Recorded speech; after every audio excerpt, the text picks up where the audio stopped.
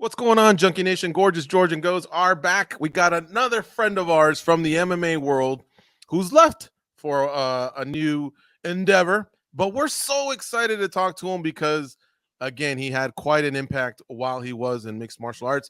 It's Andrew Simon, the CEO and president of the Fremont Street Experience. And you all know him formerly as the president and CEO of AXS TV, which started off as HDNet Fights. What's going on, Andrew? How are you? What's happening, guys? Thanks for having me.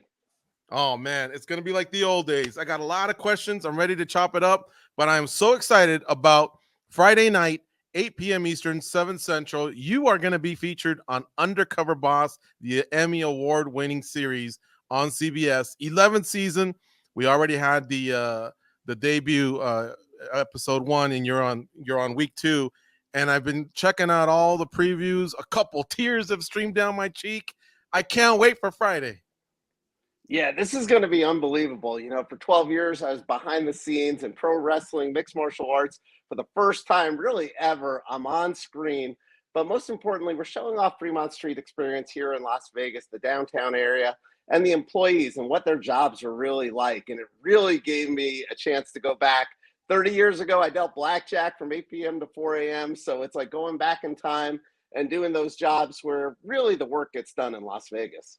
I was going to bring that up from blackjack dealer all the way to now running the Fremont Street Experience, which I learned through the research there. Aside from Times Square, in New York, your all spot there is like as big as it gets. Yeah, this is like the second most traveled street in the United States of America. I mean, you take a look, 25 million people a year are coming to Fremont Street Experience.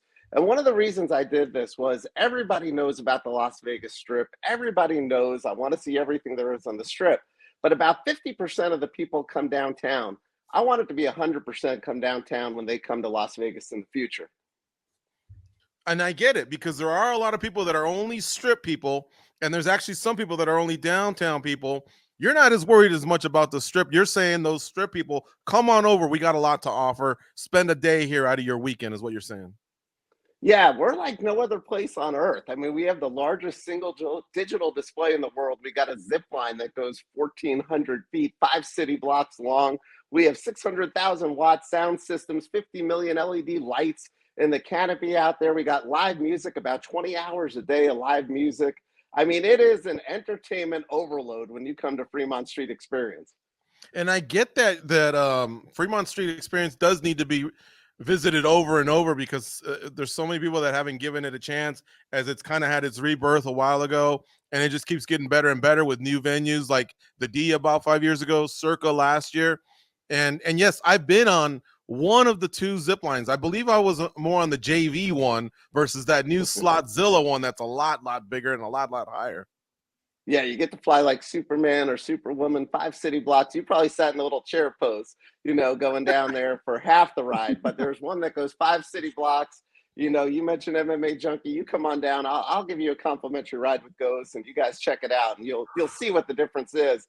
You know, most recently, Carrot Top did it on New Year's Eve with going live with Anderson Cooper and Andy Cohen. They did a ride on Slotzilla on New Year's Eve. We had Kaylee Hartung from Good Morning America did it about 3 or 4 weeks ago live on air. And so it's kind of become the rite of passage on media to go do our Slotzilla ride live on TV. So we got to do it live on Junkie one day. Man, you haven't seen me in a while, but if it can handle 250 pounds, then I'm in. That's all muscle though, right? It's all muscle. Heck yeah. There you go. And speaking of that, you know, we saw the previews there for Undercover Boss on Friday.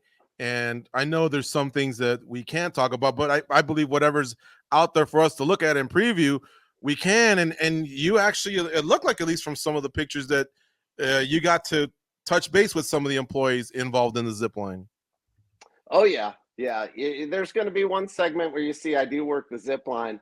And I'll tell you what, that it's not a simple job. And one of the things I don't think that will come across on the show was that we were shooting this and it was about 115, 116 degrees. And one of the things they did was they seemed to have found me like a very small t-shirt. Like I did my best to lose weight before this show, get in shape. They found a small little green t-shirt that I seem to probably sweat through. It's clinging a little too tight for me. But yeah, that job is rough, man. I'll tell you what, all the jobs that I learned about, you have a brand new appreciation for what people do. And, my job as CEO is to try to find a way to make their jobs easier. Every job carries pride, responsibility, many adjectives that we can attach. But specifically to this one, I was thinking, what was it like when you strap everyone in? Like, is there even a second that you have to rethink, did I go through all my steps? Because like you said, they're suspended up high, they're going super fast. I mean, obviously that there's a little bit of a danger to that ride. There's a ton of safety issues that go into it, and I can guarantee you they were double, triple, quadruple checking my work because I wouldn't have trusted me to strap myself in. And I learned, and the other things you'll learn about a lot of these jobs as you watch the episode, there's a lot going on. There's weight issues, there's other pieces, there's learning on all these positions. And one of the things that Las Vegas is facing, and the service industry, and frankly the whole country, is staffing. And if you're making jobs tough for people, they're not going to stick around. So you got to find a way to make these jobs enjoyable, create a good work environment, and also obviously make it safe for all our guests and tourists. If that wasn't high enough, you were really tested when you actually had to go on top of the roof at Fremont Experience. How does trash get up there? Is it from our windy days, or is it just partiers that have a balcony access that just goof off? How did that happen, and what was that You're experience gonna have like? to watch. You're gonna have to watch a show on that one, George. I can't comment too much. You'll find out more on that one. But one thing I would say is that we'll learn whether I'm afraid of heights or not when we do this show. There were quite a few jobs that tested, one's ability to go up high. It's funny. One thing I'll say is you watch a lot of these episodes, and getting prepared for the show. To be honest, I watched a lot of episodes. Every morning I'd work out and I'd watch a new episode and try to go, okay, what did they do in the past? Where might they get me? And some of these shows I watched, and the CEO would be like, "Oh my God, it's so hard to use a touch screen here on the ordering system, whether it's hamburger or hot dog. Which do I press?" I can tell you they didn't give me those types of jobs. My jobs all seem to be like, Andrew, can you lift 500 pounds? And can you climb and jump high like Superman? Are you afraid to fall, 1,000 feet to your death? So my job seemed to have been a little bit more physically exerting. I don't know if that was from the mixed martial arts pro wrestling world. They assumed that I would be more open-minded because, again, I definitely watched a lot of episodes, and I do think this episode had a lot more grueling. And like I talked about before, the physical conditions of shooting this in the summertime in Las Vegas, and you guys live here, what the heat is like here in the summertime. And so, again, I'm not feeling sorry for myself at all, but shooting this, over this kind of time period gave me a better appreciation. Really, what do my people do every day, and are we putting the right things in place for them to deal with that kind of heat in the summertime? Yeah, I get it, man. The wigs, the makeup, all that. And I will wait till Friday to watch that part that really, really interested me. But I do want to give a Yeah. shout out to the guy that was with you, seemed to keep you so calm through it that I'm glad that hopefully he made it a more enjoyable experience in that regard.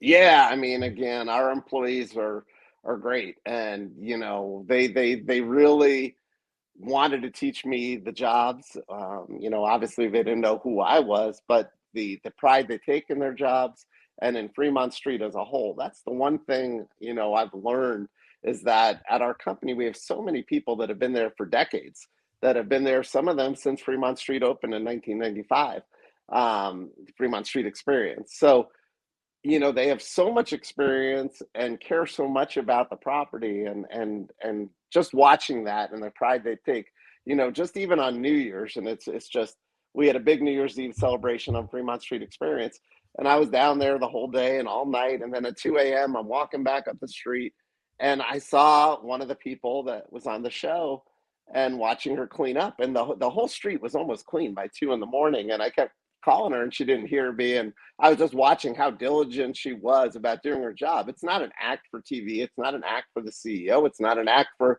who she thought she was training. She just takes pride in what she does.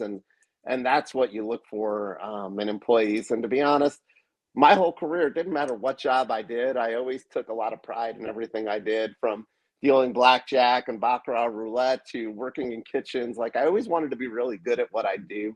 And so I appreciate when I see that in others.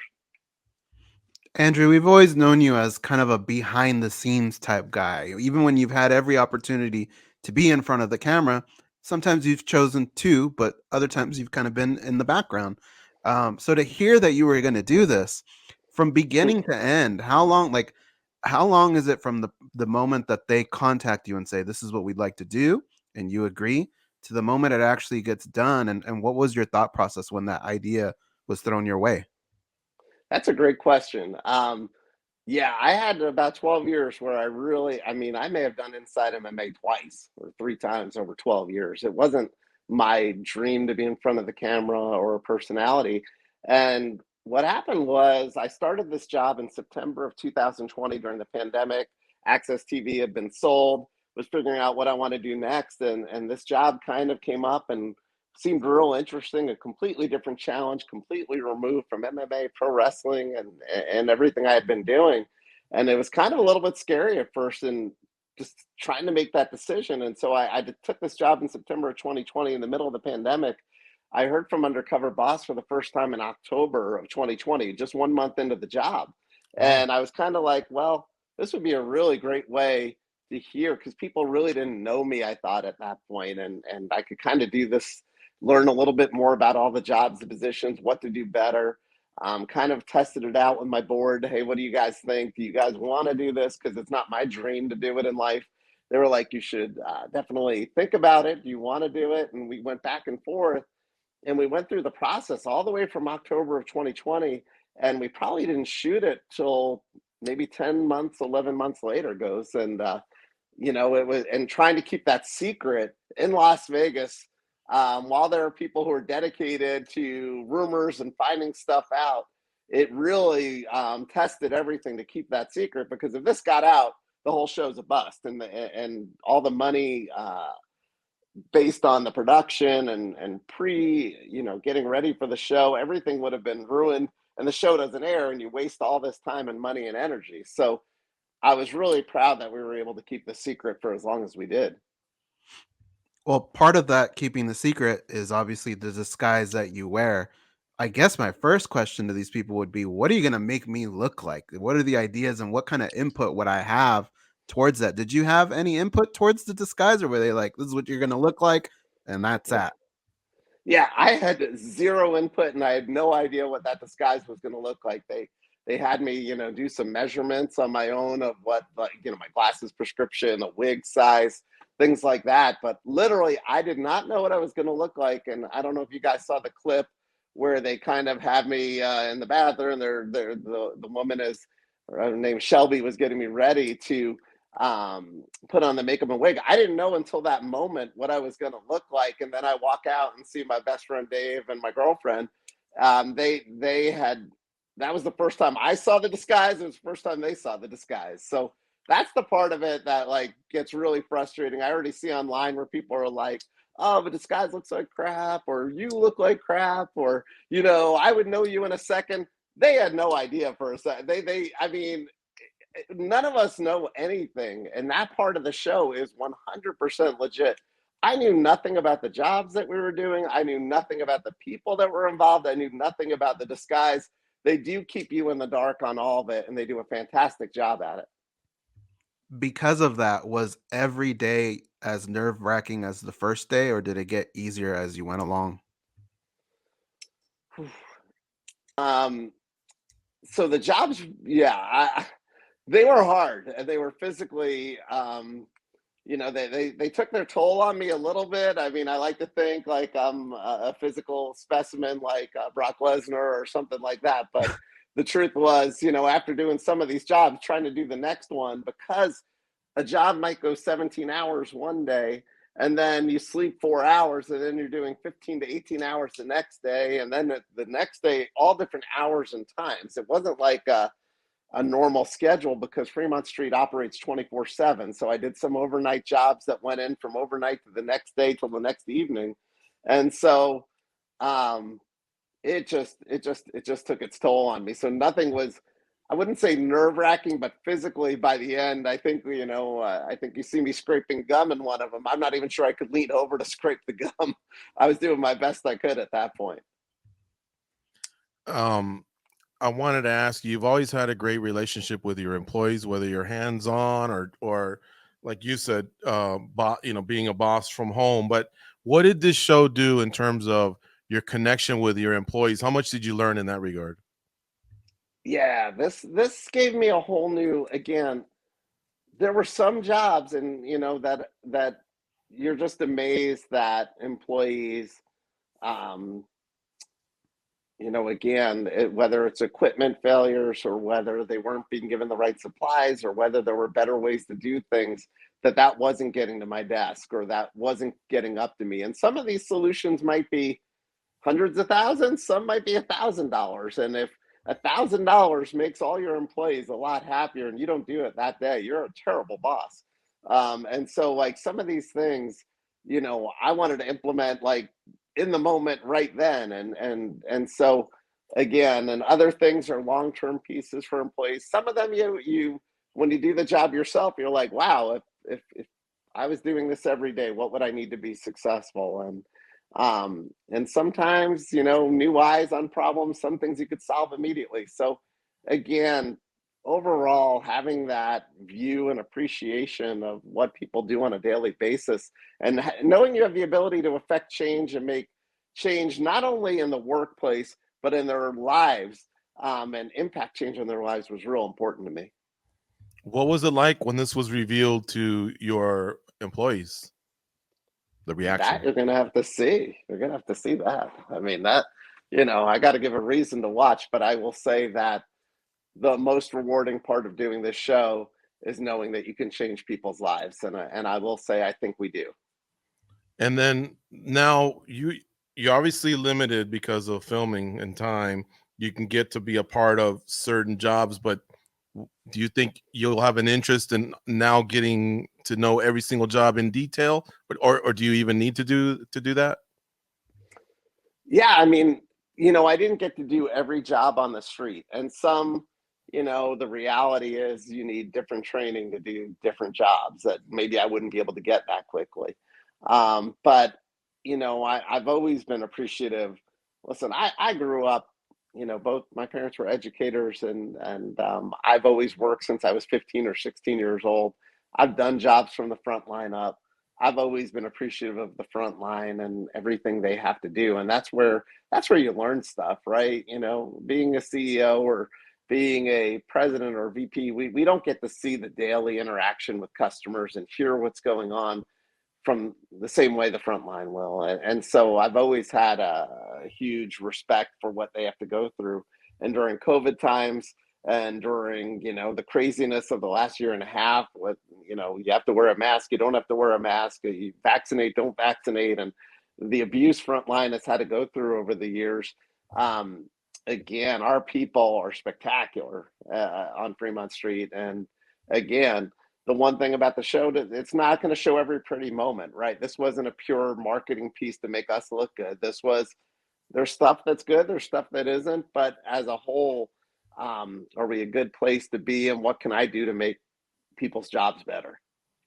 Part of the previews that I saw that I really enjoyed, and they're so well done by CBS, was just even them bringing up the fact of, you mentioned your parents, the summer camp, Hmm. and then of course knowing your background at Cornell, hospitality and management. You could almost tell, as I was, you're piecing all this together with the job that you have, that now looking back to a year ago when you found out you were going to do the job, you were the perfect guy for that job. You know, it's strange, right? I love mixed martial arts. I love pro wrestling. I love television entertainment. This job that I have now has a lot of it, right? I came from a music television network with AXS TV, and now I do live concerts every night of the week. But we have big concerts, small concerts, nightly entertainment. We have the world's largest digital display screen where we can put on entertainment and different things up there. So again, my career path, George, I've known you now, I don't even know how long, if it's been 14 years or 13 years. Um, I've never really been confined by this is what I have to do, whether it's one job or another. I'm really intrigued by business, and what's the best way to make great business happen by working with good people, trying to be a good leader, try to help people achieve their goals. I love promoting people internally, seeing people advance in their careers, help them with their goals. But I've also promoted people and helped them find jobs externally. And one of the great things we do at Fremont Street with we have a giant security team, obviously at Fremont Street to keep everybody safe.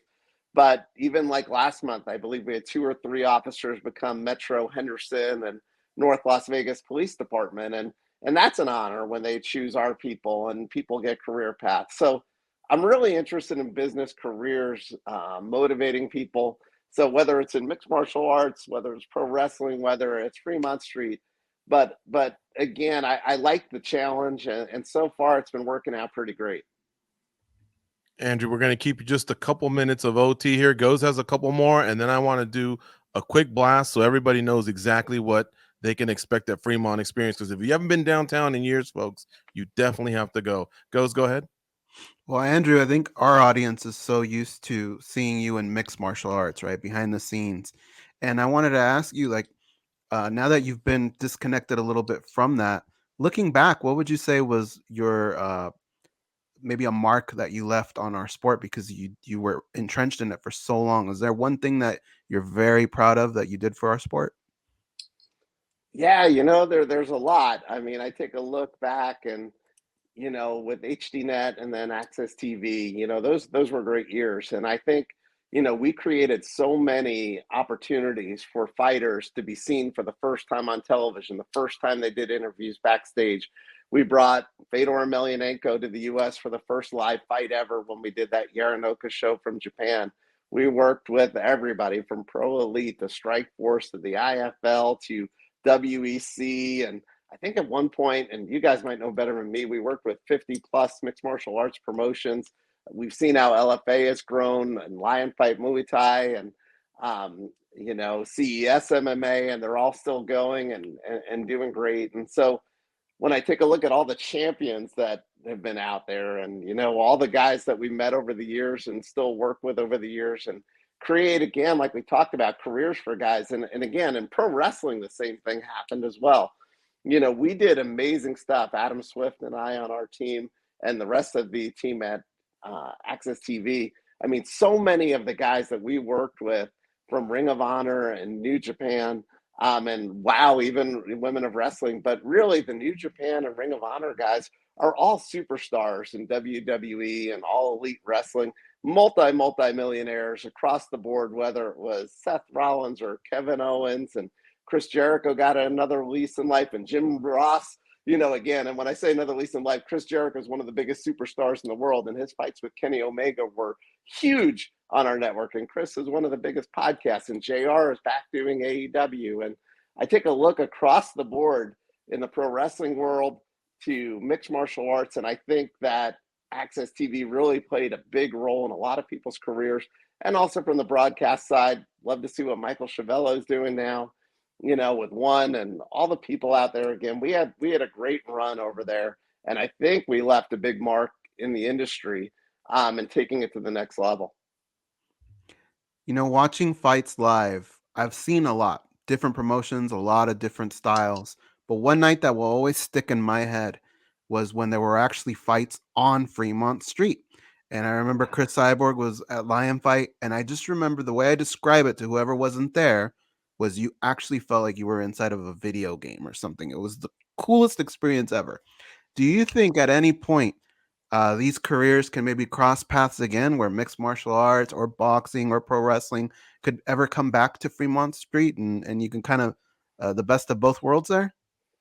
Yeah, that's funny. Yeah, we did the first live combat sports event or live sporting event from Fremont Street. I think that was back in 2011 when I was at Access TV, but it was maybe it was HDNet at the time. And we did that first live event with Scott Kent and doing the Muay Thai show with Chris Cyborg over on Fremont. And it was amazing. That really was one of my favorite events too. Just the look and feel of doing a fight on Fremont Street outdoors, with all the lights and the canopy, and it was awesome. And whether it could happen again, there's definitely been a lot of conversation about it. People want to do it all the time. And George is a big fan of the Lakers, but Jeannie Buss and David McLean of Wow Women of Wrestling, who I worked with, they were out on Fremont about 2 months ago when they were announcing their new deal with CBS. And they were inquiring about it as well, because they did a thing with I believe Entertainment Tonight. We put Wow up on the canopy. They did a big announcement there, and that's something we would definitely consider, whether it's boxing, pro wrestling, MMA, if it makes sense, and we could pull it off financially. I'd love to do it again, and this time be on the other side. That was the fight versus Jorina Bars, if I'm not mistaken, right? With Chris Cyborg. No. That was it? not when Yorina beat Chris a different day. This one, Chris Okay. won on Okay. Fremont, but she, I remember she came in really because she had to cut weight and it was pretty tough. And but that night was pretty cool. It's probably Kevin Ross on the show. I Kevin bet. Ross was there, yeah. I Yep. think he lost a And controversial decision.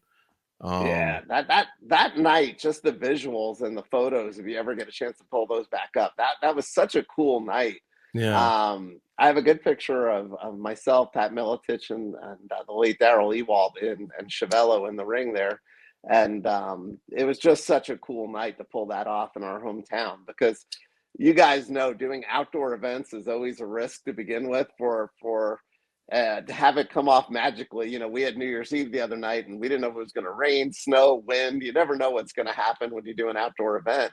And the stakes are high when it's all your financials, all the money on the line. You're paying the fighters either way. You better be able to pull that off. Yeah, definitely. Goes said it perfectly. With all the lights that were there and with the fighting action, it really felt like some sort of a video game. And I hope you can bring back some form of combat sports. That was Muay Thai, but if it's Muay Thai, MMA, pro wrestling, whatever it may be, I would love to see it at Fremont Experience. And for people to know, boy, there was some interesting stats that I heard about Fremont Experience. 50 million LED lights. Is that what I heard, right? Yeah, it's 50 million LED lights in that canopy. It's the world's single largest digital display, that goes almost 5 city blocks long. And 600,000 watts of boom when you have your concerts on stage. That's a 600,000 watt sound system that goes through the canopy and everything else when we're playing music.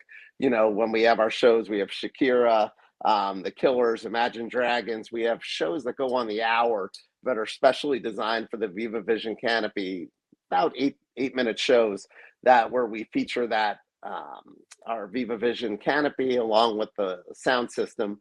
And then amazing technology, entertainment, and speaker systems on all 3 stages that we have concerts going about 20 hours a day of live music. Yeah, I've seen that. Lots of concerts. And I wanted to ask you, the special events concerts, what's your goal in 2022 in terms, like, is that a monthly thing? I was trying to look on the calendar to see when the next one were. And granted, I know that the hand we've been dealt now with pandemic just really makes things kind of like a big question mark. But what can you tell us in that regard? Yeah, we budget millions and millions of dollars. And the one thing that is different about Fremont Street that I should say is we almost never charge for music. The only night of the year we charge for music is on New Year's Eve. All the other nights, 364 days, we're not charging. And the concerts we put on all year long, from big bands to small bands, we don't charge. And so we have a Downtown Rocks concert series that'll be somewhere between 12 and 16 concerts this year. Where you'll see the Chevelles, the Tonics, Sister Hazel. This past year, I'm trying to think of. We had Walker Hayes come over. We've had Vince Neil all year long. We do a majority of those concerts between like April up to November, December. Is when we really start kicking in. January, February, a little cold to be putting those on, but again, doesn't mean we won't. It just depends on the touring schedule and the COVID, situation and everything else. But you'll get about 12 to 16 big concerts a year with known name bands. And then every night we have other bands that are appearing on Fremont Street. Last question. Since it's publicly put out on social media and things like that, what's the buzz like on Fremont Street amongst some of your friends, some of the hotel owners that you know about Friday's episode on Undercover Boss? I'm sure there's a lot of people that I got to be pretty pumped for a lot of the attention, a lot of the publicity, because this is a worldwide thing. A lot of people know about Fremont Street. Yeah, I think this, again, I haven't seen the episode yet. You have seen as much as I have. So I've only seen the clips. So, there's a little bit of nervousness because I know, hey, I don't know what they used and didn't use. And, the one thing when you do this show as the CEO, you learn real quick. You can't be too worried about your ego. They're going to make you look bad, right? If I tripped once over 5 days, I'm sure there's going to be a repeat of me tripping over and over and over and over again, right? Because it's not about me looking good and that part of it. But as a whole, I think we're all excited for people to see the employees, to see what they do, to see how the streets are represented. Again, my goal is to make every time when people come to Las Vegas, if they go to the Strip, we want them to come downtown as well. I mean, we have the Circa, which is a brand new billion plus, nearly $1.5 billion property that was built. First time in 40 years, a new property was built. So I think people are coming. I think they want to see it. And, for me personally, my old boss, Mark Cuban, is on Shark Tank on Friday nights at 8 o'clock. And this show is Friday night at 8 o'clock as well, Undercover Boss. It would make my day if we took down Shark Tank. I got to work with Mark Burnett, the creator of that show, on King of the Cage for a little bit in mixed martial arts. But again, they have a little lead in the ratings, but I would love to challenge Mr. Cuban on this one. I think you're going to get them. Georgia beat Alabama. This is the week for the upsets. Hey, and the Raiders came through, right, in a miracle game this week. So, anything can happen. But again, I think more importantly, I think people are going to be, if anything, there's heartwarming stories that go into it. And when you hear the stories of our employees, and the things they've been through, that's the part, again, that, at the end of every episode, it does cheer you up a little bit, right? Because you're like, wow.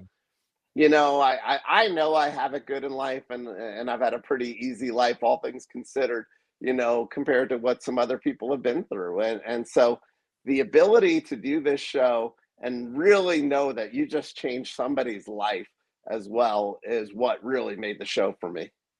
Yeah, folks, cbs.com/shows/undercover_boss. Check it out. There is some great previews. I gave a shout out to the gentleman that was looking out for your welfare and safety way up at the top. I got to give a shout out to the lady in the custodial who was helping you scraping the gum. I know you're a little bit of a germaphobe, but man, she looked like she had so much pride in her work. That's the first person I would, if I had like some sort of a franchise or something, I'd say I need workers like that lady, and I'd find a spot for that lady. So that alone already had tears coming down. But I got it set for the DVR. I can't wait. We're so happy and proud for you, Andrew. Thanks, guys. I'm proud of you too, guys, man. We've been through a lot in this business and overall, and you guys have always been great to me and supportive. And again, let's get rid of all this stuff in our city and go out and do some fun stuff and get you down to Fremont, and we'll get you that ride on the zip line. For sure. Can't wait. Folks, Friday night, 8 p.m. Eastern, 7 Pacific. Check out Andrew Simon on Undercover Boss. It's the 11th season of the award-winning Undercover Boss, Emmy Award-winning Undercover Boss, and this will be the second episode in the 11th season. Thanks again. We'll talk to you soon, Andrew. Appreciate your time. Thanks, guys.